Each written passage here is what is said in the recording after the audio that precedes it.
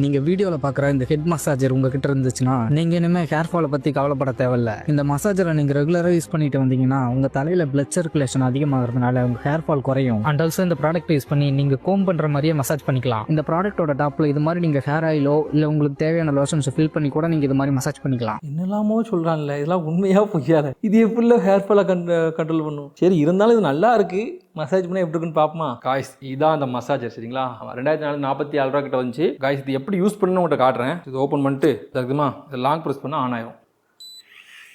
Speed control பண்ணலாம். சரிங்களா, இது ஒரு டைம் கிளிக் பண்ணால் ஸ்பீடு வந்து ஸ்லோ ஆயிரும், மறுபடியும் அவங்கன்னா ஸ்பீடு ஹை ஆயிரும், மறுபடியும் லாங் ப்ரெஸ் பண்ணால் ஆஃப் ஆயிரும். இப்போ வந்து இதில் ஆயில் ஊற்றி அவர் வந்து செக் பண்ணி காட்டினார், அதையும் உங்களுக்கு செக் பண்ணி காட்டுறேன். பட் எந்த ஆயில் ஊற்றினா நமக்கு தெரியாது, பட் நம்மகிட்ட வந்து தேங்காய் தான் இருக்குது, நான் இதான் ஊற்றுவேன். ஆயில் ஊற்றினதுக்கப்புறம் இந்த இடத்துல ஆயில் வந்து வெளியே வருது, கிட்டே இருக்குது. பார்த்தீங்களா,